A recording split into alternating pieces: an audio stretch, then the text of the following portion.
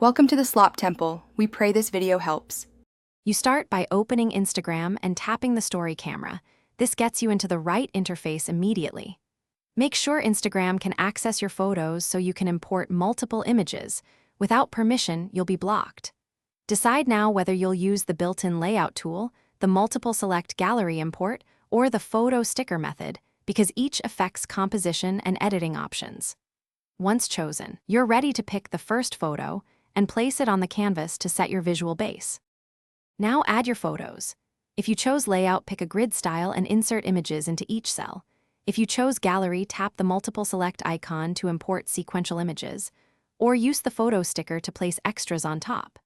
Use pinch gestures to resize and two-finger rotate to orient images, and drag to arrange layers so focal points don't overlap. Make sure you add background color or blur and align text or stickers to maintain visual balance, because composition keeps viewers engaged. Finish by previewing your story, then add tags, links, stickers, or music to increase engagement before you share or save. Make sure to tap the three-dot menu for save options and check your upload quality setting if photos look compressed. If images won't import, try clearing app cache, force quitting and reopening Instagram, or toggling photo permissions in device settings. Reauthorizing the app often resolves import errors. Once everything looks right, post the story so your audience can see the final arrangement. Thanks for watching.